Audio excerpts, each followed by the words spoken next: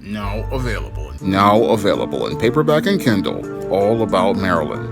Learn all about the struggles of a faded former teen sitcom star in this absolutely fabulous 5-star screenplay. Get All About Marilyn in paperback and Kindle on Amazon.com today.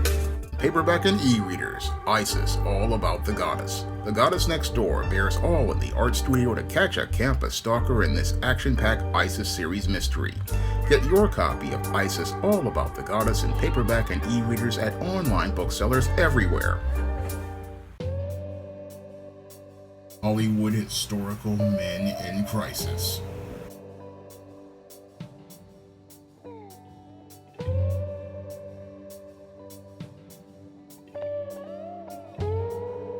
One of my viewers wanted me to do another installment in the Hollywood Historical Men in Crisis series. And for this installment in the Hollywood Historical Men in Crisis series, I'm going to be talking about a father and son in crisis, Charles Chaplin Sr. and his son, Charlie Chaplin. Now, the first Hollywood Historical Man in crisis I'm going to be talking about is Charles Chaplin Sr. Now, Charles Chaplin Sr. was the father of legendary silent film performer Charlie Chaplin, and sadly, Charles Chaplin Sr. wound up becoming on the road to becoming a man in crisis the minute he entered the world of entertainment in the theater. Now, Charles Chaplin Sr. came from a working class background and was the son of a butcher, but he had stars in his eyes and wanted to enter the world of the theater. And at 16 years old, when he entered the world of the theater, he did not have enough male life skills or male survival skills in order to identify a female predator like Hannah Hill. And as he got on a production, he got involved with Hannah Hill. And as he got involved with Hannah Hill, they were close until she ran into a guy called Sidney Hawks. And as she ran into Sidney Hawks, he talked about how he was a big-time guy as related to diamonds in South Africa. And Hannah Hill decided to run away with Sidney Hawks to South Africa. And as she ran away to South Africa with Sidney Hawks, she wound up being turned into a prostitute by Sidney Hawks. And after she got pregnant by Sidney Hawks and got turned out, she then returned to Charles Chaplin Sr. and decided to marry him after already having a child for Sidney Hawks. Now, basically, Charles Chaplin Sr. at this point was on the road to becoming a simp and a beta male because he was getting involved with a single mother, and he was basically getting involved with this woman because he did not have a foundation in male life skills or male survival skills, or have men there to give him guidance to tell him not to get involved with a woman like Hannah Hill, who had basically been ran through by Sidney Hawks and turned out by numerous men when she was a prostitute. No, what he decided to do was go out here and marry Hannah Chaplin and make her Hannah Hill, and decided to get involved with her even though she had a child with another man. And this is basically what started laying the foundation for Charles Chaplin Sr. winding up on the road to becoming a man in crisis after he wound up marrying Hannah Hill. Now, after he married Hannah Hill, he decided to have a son with her called Charlie Chaplin. And as she had this son, what happened with Charles Chaplin Sr. is that Charles Chaplin basically wound up further on a decline as related to becoming a man in crisis, because after he separated from Hannah Hill, Charles Chaplin Sr. wound up on a major road of a decline, and he wound up on a major road of decline even though he was working in the theater, because he was starting to lose the ability to get work and wasn't really a draw like he used to be. And again, this man really did not have a good relationship with his son, because he had two sons with him. He had a son, Charles Chaplin, and he also had another son, Sidney, as well, and again had no real relationship with either of these boys. And as they were left in the custody of their mother, the Hannah Chaplin basically wound up on a road to decline in mental health, but Charles Chaplin Sr. also was on a road to decline in his own physical health because as he was working in the theater, he was out here looking to go out and try to encourage people to go out here and purchase drinks as they were going to the theater. And as he was encouraging customers to go out here and buy drinks, Charles Chaplin was starting to drink a lot of the alcohol that was served at the theater, and this led to him winding up becoming an alcoholic. And as he became an alcoholic by 1901, he wound up suffering from cirrhosis of the liver and dropsy, and eventually wound up dying at 38 years old.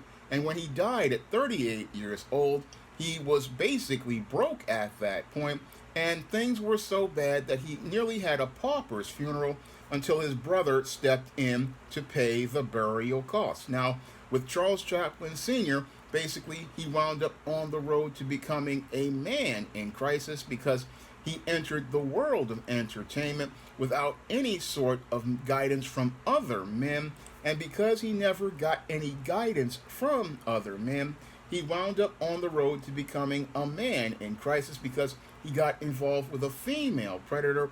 This female predator took him off the road of his purpose as related to acting and put him on a road to dysfunction. And as he was on the road to dysfunction, he then was not really at the point where he was able to focus on his performances. And as he wasn't focused on his performances, he got caught up in the alcohol he was selling at the theater, and this led to him becoming addicted to alcohol. So Charles Chaplin Sr. basically fits a lot of chapters in the man crisis about addiction and the man crisis and how beta males don't know how to, again, navigate the world. And he wasn't a man who was able to function as a man. And sadly, Charles Chaplin Sr. wound up, because he wasn't in his son's life, wound up not being able to raise his boy. And because he never raised his boy, Charles Chaplin Jr., wound up on the road to becoming a man in crisis, just like his father. Now, the second Hollywood historical man in crisis I'm going to be talking about is the son of Charles Chaplin Sr., Sir Charles Spencer Chaplin, also known as Charlie Chaplin, the legendary early 20th century comic actor, filmmaker, and composer of the silent film era, who became an icon through his screen persona known as the Tramp. Now, Charles Chaplin Jr., Sir Charles Spencer Chaplin, was a very successful filmmaker. However, he was put on the road to becoming a man in crisis due to the dysfunctional family situation established by his father, Charles Chaplin Sr., and his mother, Hannah Chaplin. Now, Charles Chaplin Sr. and Hannah Chaplin were both actors, and with them both being actors in the theater, Charles Chaplin Sr., a young 16-year-old man, was still in his simp phase as he got involved with Hannah Chaplin. And as he got involved with Hannah Chaplin, he thought he was going to be in a committed relationship with her. However, Hannah Chaplin was a female predator, and she was a female predator caught up in her hypergamy. And as she got caught up in her hypergamy, she got involved with a man called Sidney Hawks, who took her to South Africa's gold mining district of Witwatersrand, and there he put her out and pimped her as a prostitute. Now, Hannah Chaplin wound up getting turned out by Sidney Hawks, and after she became pregnant by Hawks, she then returned to London to live with Charles Chaplin, who was still in his simp phase, and there Charles Chaplin Sr. tried to take care of Sidney Hawks' son, Sidney, and she also then went out here and, as she was acting, got pregnant after she married Charles Chaplin Sr. And after she married Charles Chaplin Sr., she then got pregnant and wound up having Charles Chaplin Jr. And as she had Charles Chaplin Jr., this is where she wound up getting syphilis. And as she got syphilis, this led to the deterioration of her mental health as she tried to raise her two sons on her own. And as she tried to raise her two sons on her own, sadly, she wound up socializing them to become beta males. And as those boys wound up growing up to become beta males, Hannah Chaplin decided to get involved with yet another man who was a guy named Leo Dryden. And as she got involved with Leo Dryden, she wound up having a son with Leo Dryden called Wheeler Dryden. However, Leo Dryden took his son away from Hannah Chaplin, leaving the other two boys, Charles Chaplin Jr. and the other boy, Sidney Hawks, to be with their mother. And as they were raised with their mother, she decided to go out here and find religion, and was raising these boys in a very dysfunctional situation.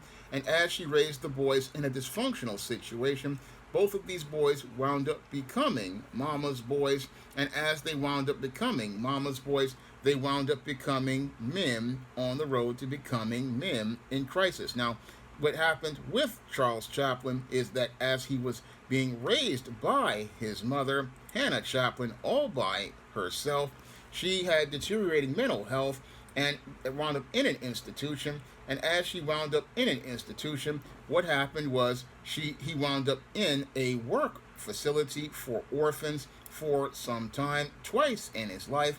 And as he wound up in that work facility twice in his life, now Charles Chaplin did try to go out here and help his mother as he was working to build his acting career, and he wound up staying to try to care for his mother.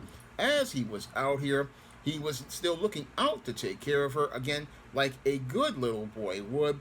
But as he was out here dealing with all of her different situations and still trying to struggle to build himself up, he wound up again struggling as related to his career as a young performer, and still trying to again continue to perform on stage and learn his craft. Now, as he was looking to learn his craft, he still was trying to go to school but by 13 he abandoned education and started working jobs to try to look out for his mother. And he wound up struggling again through his life, then eventually winding up on the road to doing comedy and vaudeville.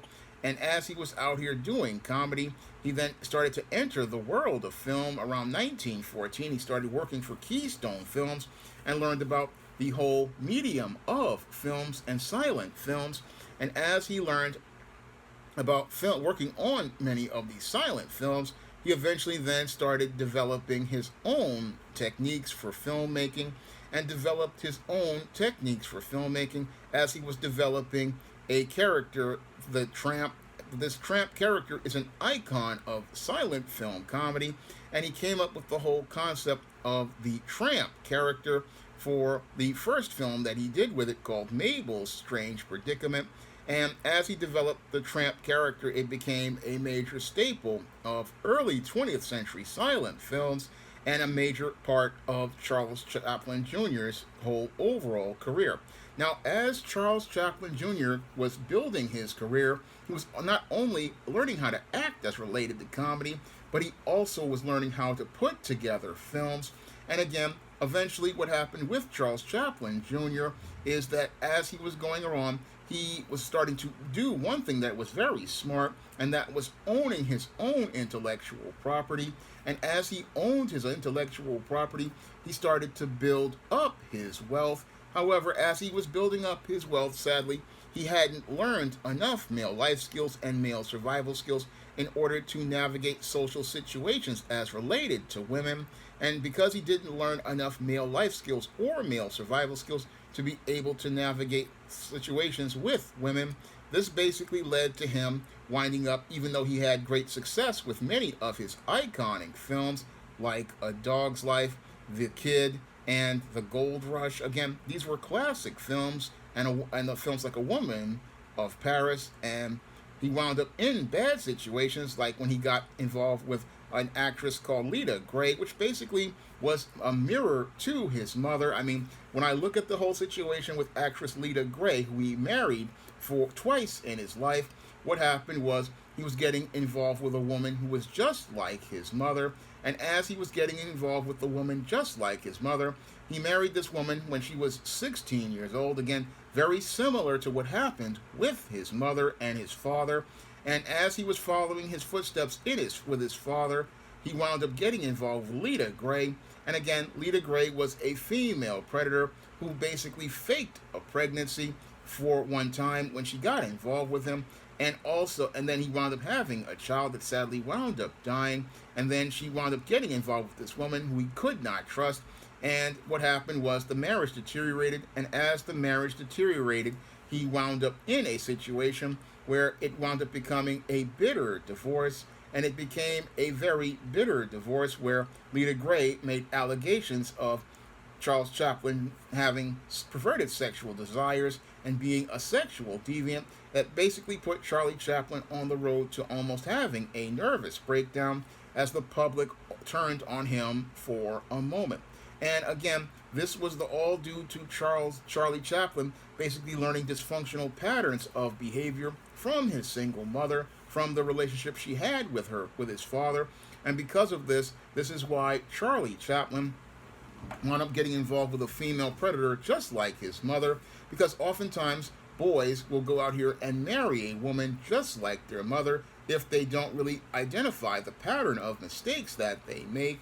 And this is what happened to young Charlie Chaplin, who was about 35 years old when he got involved with this woman around 1924, and then wound up divorcing her after going out here and having 2 children for her, Charles Spencer Chaplin III and Sidney Earl Chaplin. And then this woman looked to go out here and get a bag for herself at the expense of Charlie Chaplin. Again, this is basically the same pattern of his mother, who was hypergamous, thinking that she would get a deal with Sidney Hawks, but Lita Gray got a deal with Charlie Chaplin that basically jaded Charlie Chaplin as related to relationships.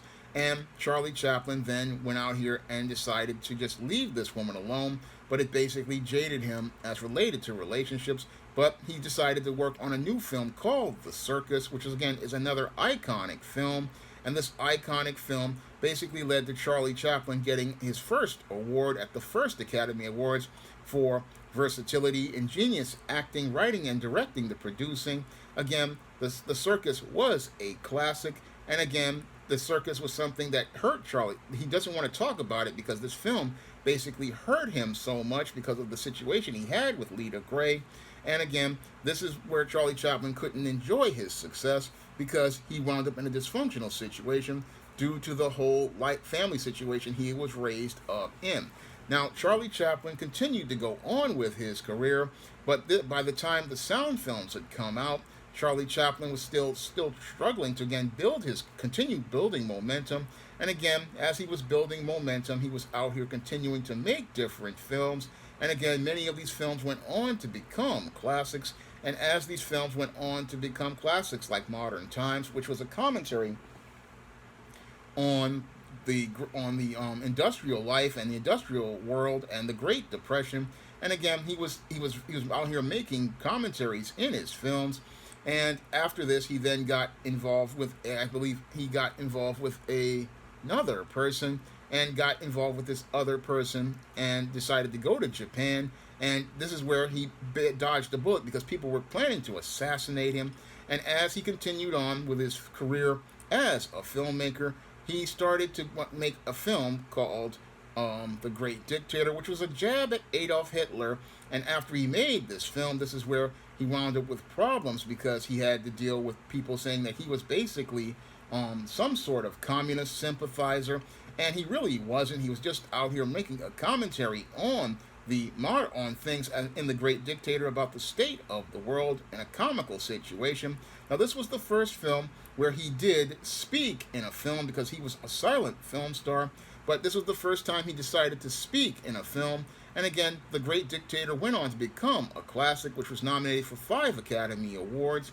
And after it was nominated for 5 Academy Awards, which included Best Picture, Best Screenplay, and Best Actor, Charlie Chaplin basically went on a decline in his career. But in that decline in his career, as related to his public image, he was dealing with issues from affair with an actress named Joan Barry, and he was also dealing with issues as related to her, saying that he was stalking and harassing her, and she said she was pregnant with Chaplin's child. And also J. Edgar Hoover, who was suspicious of Charlie Chaplin's political positions, was going after him. and even went after him with the Mann Act and went after him to put him on trial. And as he was put on trial, this basically crushed Charlie Chaplin and again basically devastated him. And as Barry had her child, Carol Ann, with out here, she wanted to say that Charlie Chaplin was the father of this child, and eventually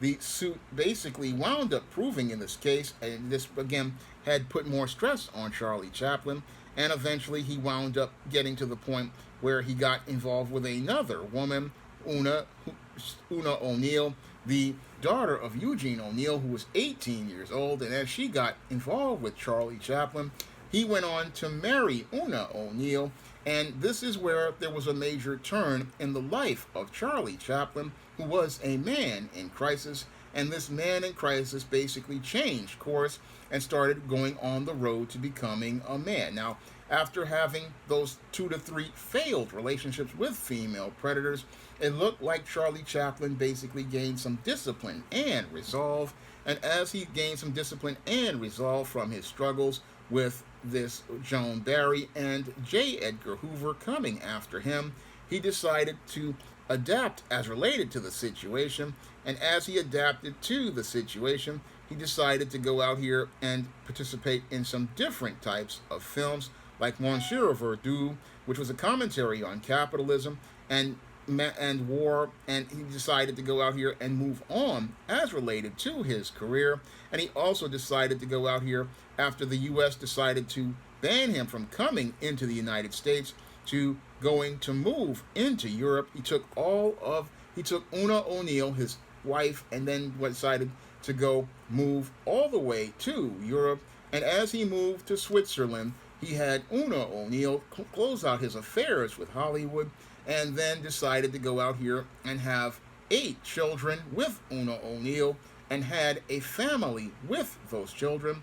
And as he had that family with his children, he went from becoming a man in crisis to becoming a man who raised 8 healthy children. Now the other 4 children he had, they basically wound up on the road to becoming men and women in crisis due to the dysfunctional situation they were raised in. But he managed to change course, and as I read about all of his other children with Una O'Neill, all of those children grew up to become functional and healthy. And as Charlie Chaplin went on with his career as related to his films, again, he secured the rights and ownership to all of his films and its distribution. And as he regained all the rights to all of his silent films, he managed to maintain a foundation of intellectual property, and he managed to maintain an entire situation as related to maintaining all of his intellectual property, and maintained all of his intellectual property and rebuilt his life. And as he rebuilt his entire life in Switzerland, he then went out here and started to reestablish his reputation, and eventually became a commander of the National Order of the Legion of Honor at the Cannes Film Festival, and was honored with a special award by the Venice Film Festival.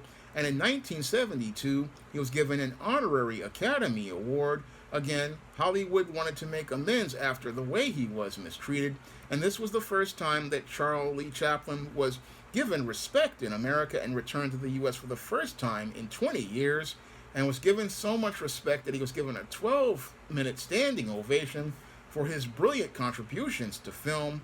And as Charlie Chaplin was in his old age, he was knighted by the Queen. So he went from becoming Charlie Chaplin, a boy who was a man in crisis, to becoming a respected man, Sir Charles Spencer Chaplin. And in his old age, he went from becoming a man in crisis to becoming a man who was respected, a man who was loved by his family, with his, I believe, his wife Una O'Neill, his 4th wife. And he went and broke the cycle of being a beta male and break the cycle of being a man in crisis. Again, this man, who had 11 children, managed to go from being a man in crisis and following in the footsteps of his father, to rising to a level of success, to growing up to become a respected man who passed on from this world at 88 years old with the respect of his family. And as he died with the respect of his family, and went and left over $100 million to his widow. And as Una O'Neill took that $100 million and raised all of his children. Now, there was a scandal in 1978 where somebody did try to dig up Charlie Chaplin's grave and tried to ransom the body for Una O'Neill, but Una O'Neill was a true down ride or die chick and did not go out here and submit to these men. No, she stood ground and stood by her late husband. They managed to find the kidnappers, the grave robbers, and found his body, buried it back into a concrete vault, and this is where Charlie Chaplin's body remained until his wife passed to be buried right by him. And again, we see how a man can break the cycle of being a man in crisis when you see how Charlie Chaplin basically broke the cycle. And again, this just shows you that you don't have to remain a man in crisis, and that the story of a man in crisis doesn't have to end in a tragedy. It can end in a victory, and that's what happened here with Charlie Chaplin, a boy who grew up with a father who was a man in crisis, broke the cycle, and as he broke the cycle, he changed the whole life paradigm. So when I listen to the story of Charlie Chaplin, it shows me that while the father can be a man in crisis, the son can break out of it and become a successful man who is respected by all in the community. Now, if you want to learn how to break out of the paradigm of the beta male and not wind up becoming a tragic man in crisis, you can pick up my book, The Man Crisis, on Amazon.com in paperback and Kindle format. You can also find The Man Crisis at other online booksellers like Smashwords, the iBookstore, Google Play, and Barnes & Noble. And if you'd like to see me do more videos about historical men in Hollywood, historical men in crisis, you can send a donation to the Patreon, the PayPal, or the Cash App by clicking the links in the description box. That's all I have to say for this video. You can comment, rate, and subscribe. Now available in paperback and e-readers, All About Nikki, a fabulous first season. The Fresh Prince of Bel-Air meets Clueless in this absolutely fabulous African-American 1990s teen sitcom. Get all 13 episodes of All About Nikki, the fabulous first season, in paperback and e-readers today. Support Black-owned and Black-operated digital broadcast media. www.niceradionetwork.com. Nice Radio Network, broadcasting 24 hours a day, 7 days a week.